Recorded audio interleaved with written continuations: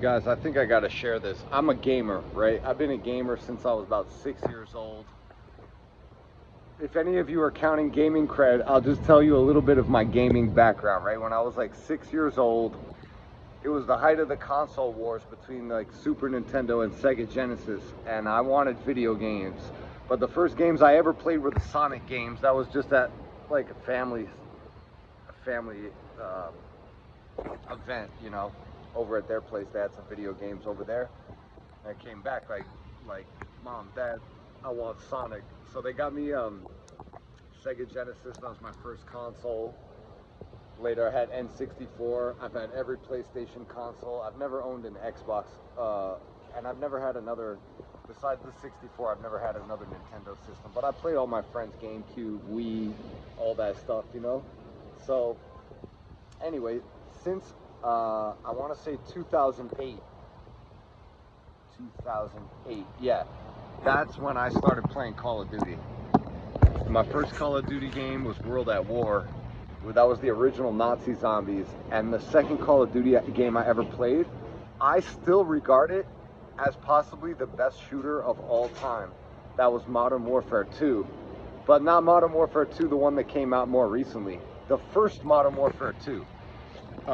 You know, the one that had Afghan and Rust and Invasion and all those fun maps. And the guns were amazing. The perks and the perk system was amazing, and I just felt like even the way that the bullets like would hit people, and like the way that it would take like a couple bullets of chest shots or more leg shots, but if you got one headshot, like, we were just amazed when that game came out that you could play something that dope online. Anyway, I've been playing Call of Duty ever since.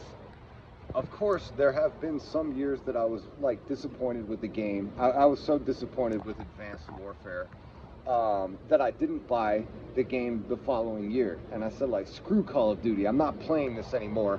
But then, like, you know, a year or two goes by and the next game looks fun and everyone's talking about it. Everybody's ready to get back on it, and I get back on it, and sometimes it's a good experience and sometimes it's not. Modern Warfare 2019 was dope. And I knew it was going to be dope when I saw previews for it before it came out. I didn't know it was going to have Warzone. I didn't know what Warzone was. I didn't care about Battle Royale. I didn't care about that, right? I just thought it was going to be so dope as a multiplayer game. And then I knew that it would have some special op missions to play with friends. Those get old though, you know? But they're fun for a little while. And the story mode, like the actual campaign of Call of Duty, I only play through it once, if I even play through it at all. And I know that it has like some cool cinematic stuff and cutscenes. I've even seen a guy at GameStop come and return Call of Duty, and they asked him like, why? This is the best game right now. You don't like it? And he's like, I don't like the campaign. I looked at this guy, I was like, bro, nobody buys this for the campaign. Everybody plays multiplayer. Like, what the hell are you talking about? He's like, I don't play multiplayer, like, and I don't like the campaign, and I don't want this game. Like, all right, fair enough. Well, anyway, I've got some stuff to say because it felt so sneaky to me. Like, Call of Duty Modern Warfare 2019 came out and the game was dope, and I played the beta, and the beta was so fun.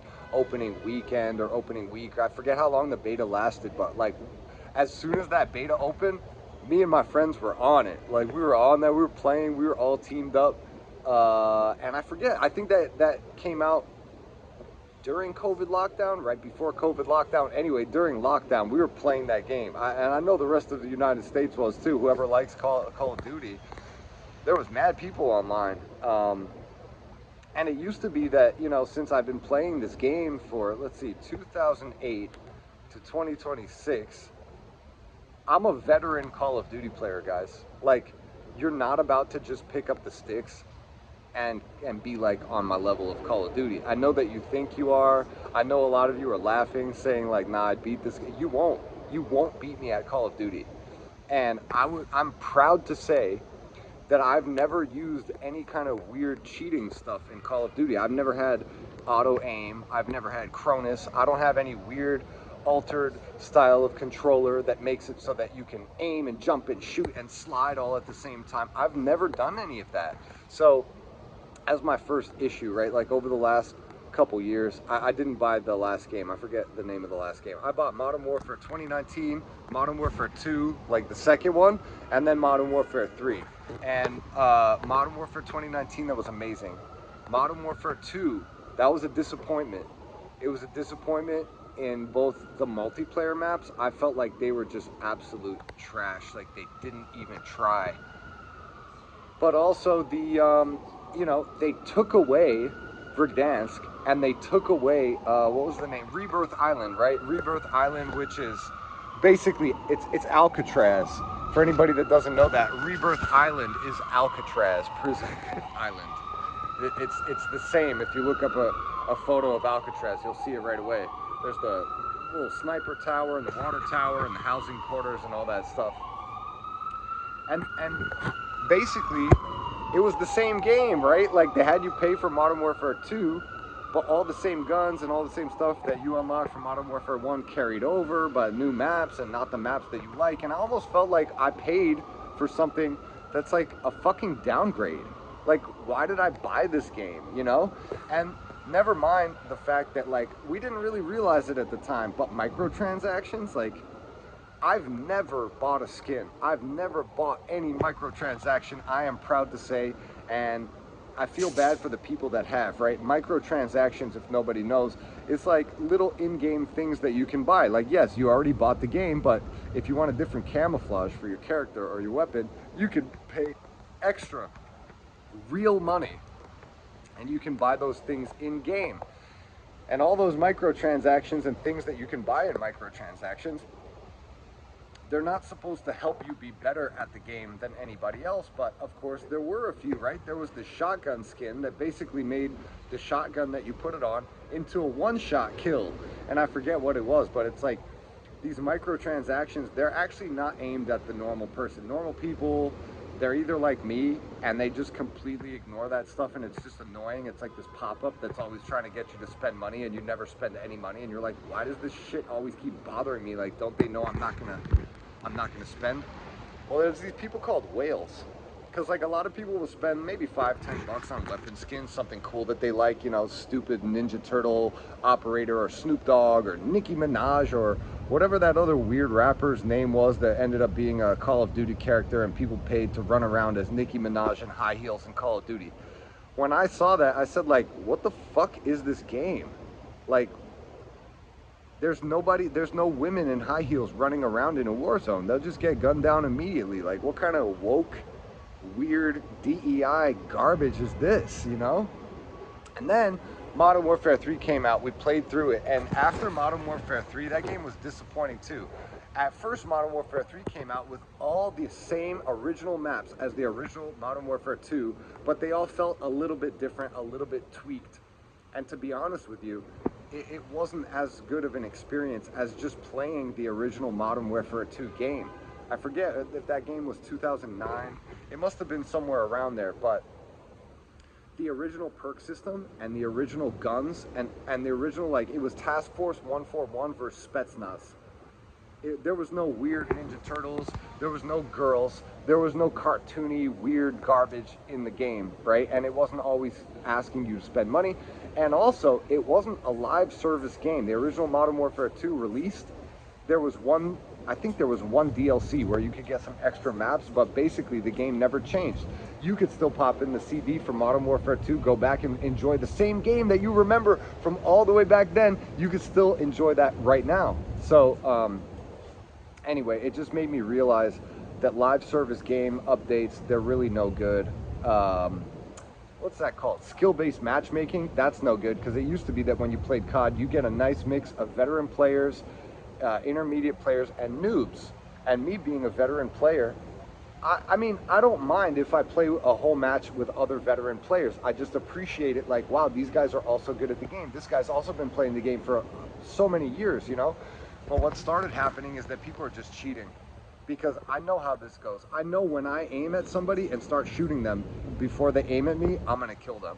There's no way that while they're getting hit up by bullet spray, they're gonna just turn, aim, fire, and get me before I get them. And that started happening regularly. And the other thing that happened regularly was just like you start shooting somebody in the back, right? When you start shooting somebody in the back, they don't know where you are. How can they jump to the side, turn, and just spray you with all headshots? That's cheating. And these guys, they're so brainwashed, they actually have themselves convinced that it's not cheating to use a Cronus. They actually have themselves convinced that since other people are cheating, well, then they're cheating too, so that's not cheating because they're just doing the same thing that everyone else is doing. It's like, no, you're all cheating. So I can proudly say that all of the Call of Duty clips that you see in there, everybody that I aimed at and killed, including one that was like the last kill of the game that was just like that. I started blindside shooting this guy on the side and he turned, jumped, he jumped back and forth, jumping bean, tried to spray me. I still got him. All of those clips, there was no aimbot, there's no cheating, there's no special controller, nothing like that. Not like FaZe, not like Atlanta FaZe and all these fake guys that use mad cheats. And you see some young kid like 20 years old killing everybody in Call of Duty. It's like, dude, you're 20 years old, you're not beating me at COD, bro.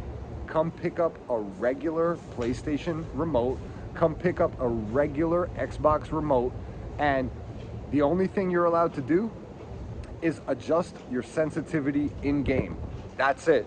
If you want, okay, if you want it inverted so that down is up and up is down, do it. You want it inverted, you want to change sensitivity, that's fine. That's not cheating. But let's see you pick up a regular remote and play that game. Anyway, it brings me to my point, is that for the last couple years I've been watching Asmongold, right? And right now Asmongold has a Twitch ban because of something that he said about basically the invasion of Moroccan migrants into Ceuta, Spain.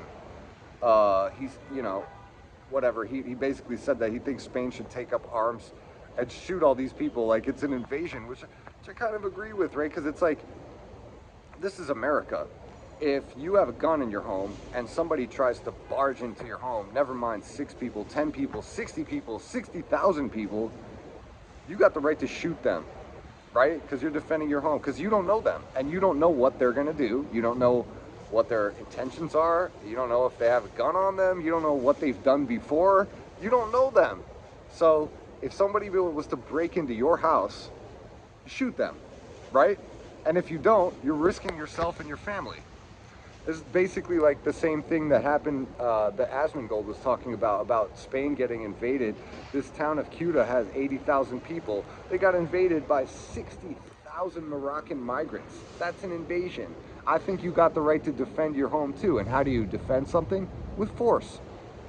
With a little bit of force? No, with brutal force. So anyway, Asmongold is banned on Twitch right now. But the first time, I just wanted to share, after playing games and Call of Duty all the time and seeing Nicki Minaj and the Teenage Mutant Ninja Turtles and Snoop Dogg and all this weird stuff running around on the battlefield, one day I just typed into the search on the internet, why are video games so gay now? And it brought me right to Asmongold, who's saying all the right things about games and things that I never even realized. Like the way that he talked crap about microtransactions, like, hell yeah, I'm so glad. Like, I would never think to elaborate on how I feel about like microtransactions and live service games and all this thing. I am so grateful that Asmongold has been fighting the good fight, because I feel like he's actually single-handedly shifted the video game world back for games being cool. And of course there's other channels, there's Stop Ruining Games, of course, like there's other people that are like saying what needs to be said about this, but you know, in the greater scheme of things, in politics and everybody, nobody cares.